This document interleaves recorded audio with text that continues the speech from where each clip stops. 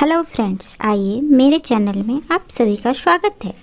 Friends, आज हम बौद्ध धर्म के संस्थापक और एशिया के ज्योतिपुंज कहे जाने वाले महान व्यक्तित्व गौतम बुद्ध के बारे में विस्तृत रूप से जानकारी प्राप्त करेंगे। बौद्ध धर्म का इतिहास गौतम बुद्ध से ही प्रारंभ होता है। फ्रेंड्स, 6वीं शताब्दी ईसा पूर्व में जिस समय जनसाधारण में धर्म के प्रति लगाव कम होता जा रहा था, उस समय समाज में कर्म कांडों की प्रधानता बढ़ती जा रही थी। उपनिषदों की शिक्षा ने लोगों को नए ढंग से सोचने एवं विचारने का रास्ता दिखाया। ऐसी ही परिस्थिति में कुछ विचारकों ने समाज में फैली बुराइयों का विरोध कर नए विचारों और सिद्धांतों को लोगों के सामने रखने का प्रयास किया। इन विचारकों में गौतम बुद्ध और महावीर प्रमुख थे। तो आइए अब उनके बारे में हम लोग विस्तृत जानकारी प्राप्त करते हैं।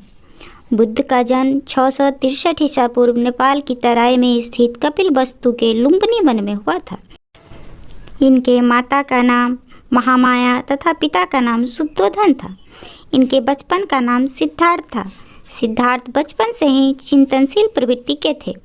अन्य बच्चों की तरह खेल कूद में उनकी रुचि बिल्कुल नहीं थी। वे प्रायः एकांत में बैठकर जीवन मरण की गंभीर समस्याओं पर विचार किया करते थे। आगे चलकर उनका विवाह यशोधरा से हुआ। उनके एक पुत्र था जिनका नाम था राहुल। सिद्धार्थ ने अपने चारों ओर लोगों को कष्ट में देखा। अपने प्रारंभिक जीवन काल में बुद्ध ने अलग अलग दुखों से पीड़ित लोगों को देखा, जैसे रोगी को, बूढ़े व्यक्ति को, मृतक की अर्थी को एवं एक सन्यासी को भी देखा। इन दृश्यों को देखने के बाद उनके मन में कई प्रश्न उठे। आदमी बूढ़ा क्यों होता है? क्यों उनकी मृत्यु होती है? क्यों उन्हें कष्ट होता है? उन्होंने सोचा, संसार के सभी सुख बेकार है और कम समय के लिए है, अतः हमें इनसे मुक्त हो जाना चाहिए। अंततः अपने प्रश्नों का उत्तर पाने के लिए एक रात अपने प्रिय घोड़े पर सवार होकर वे घर से निकल पड़े। घर से निकलने के बाद उन्होंने अनेक गुरुओं से शिक्षा ग्रहण की, किंतु उन्हें संतोष नहीं हुआ। इसके बाद उन्होंने 6 वर्षों तक कठोर तपस्या की और अंत में अन्न जल सब कुछ का त्याग कर दिया। इसी समय गाने वाली स्त्रियों से उन्होंने कुछ शब्द सुने। उन स्त्रियों के गाने के बोल कुछ इस प्रकार थे कि वीणा के तार को इतना मत कसो कि वे टूट जाए और इतना भी ढीला मत करो कि उनसे संगीत ही न निकले। अर्थात परिस्थिति के अनुसार ही जीवन जीने की कोशिश करनी चाहिए।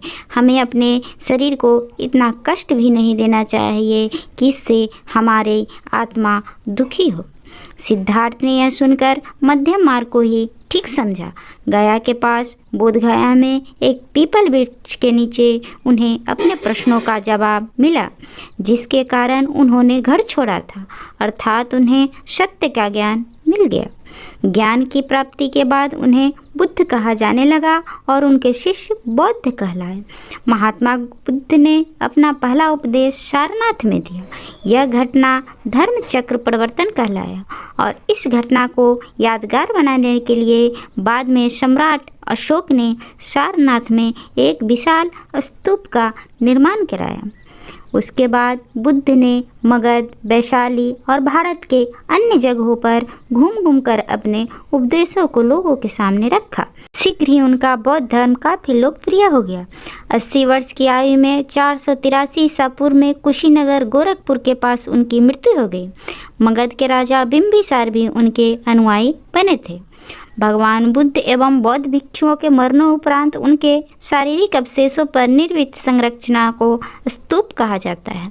सारनाथ, नालंदा, सांची आदि जगहों पर ऐसे स्तूप देखे जा सकते हैं।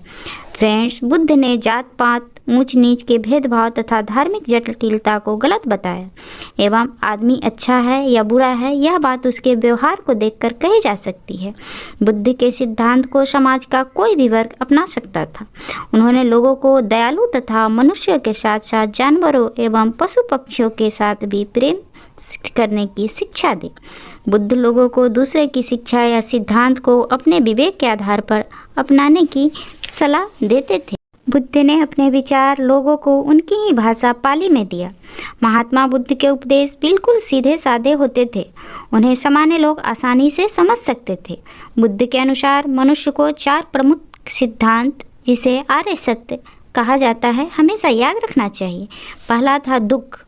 बुद्ध ने जन्म, मृत्यु, रोग, इच्छित वस्तुओं की प्राप्त नहीं होना आदि को दुख माना।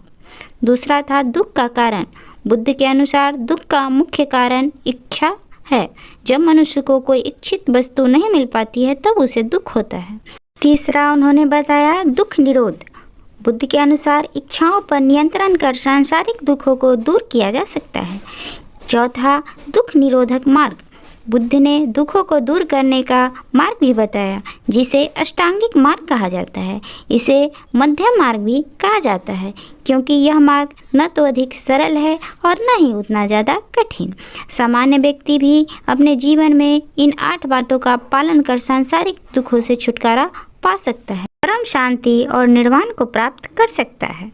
इस मार्ग पर चलने के लिए बुद्ध द्वारा बताए गए 8 आदर्श इस प्रकार है। पहला, सम्यक दृष्टि, अर्थात सत्य असत्य, पाप पुण्य, अच्छा बुरा आदि को अच्छे ढंग से हमें समझना चाहिए। दूसरा, सम्यक संकल्प, इच्छा और हिंसा से मुक्त विचार सम्यक संकल्प कहलाते हैं। तीसरा है सम्यक वाणी, अपनी वाणी में मनुष्य को विनम्र होना चाहिए। चौथा, सम्यक कर्म, व्यक्ति को अपने जीवन में अच्छे व सही कार्य ही करने चाहिए। पाँचवा, सम्यक आजीवन, जीवन यापन हेतु वही साधनों का उपयोग करना चाहिए जो हमें झूठ एवं गलत तरीकों से धन कमाना नहीं सिखाता हो। छठा है सम्यक व्यायाम, सही तथा ज्ञान युक्त मन से बुरी भावनाओं को दूर करने का हमें प्रयास करना चाहिए। सातवां है सम्यक चरित्र, मनुष्य को अच्छे आचरण एवं अच्छी बातों का जीवन में बार बार प्रयोग करना चाहिए। आठवां और अंतिम आदर्श है सम्यक समाधि, किसी विषय पर एकाग्रचित्त होकर विचार विमर्श करना चाहिए। बुद्ध के उपरोक्त बताए गए मार्ग पर चलने के बाद मनुष्य आनंद तथा शांति का अनुभव करता है। बुद्ध ने बौद्ध संघों की स्थापना की, जिसमें सभी जातियों के पुरुषों और महिलाओं को शामिल होने की आज़ादी थी।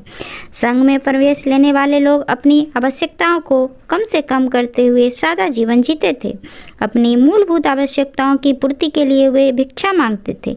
इसी कारण उन्हें भिक्षु और महिलाओं को भिक्षुणी कहा जाता था। इनके रहने के स्थान को विहार कहा जाता था। अपनी सादगी और सरलता के कारण भारत के साथ साथ विदेशों में भी यह धर्म काफ़ी लोकप्रिय हुआ। श्रीलंका, चीन, जापान, कोरिया, तिब्बत आदि देशों में इनके अनुयायियों की संख्या काफ़ी अधिक है। गौतम बुद्ध बहुत ही ज़्यादा करुणामयी थे। आइए एक घटना की चर्चा करते हैं कि वे जीवों पर कितना दया भाव रखते थे।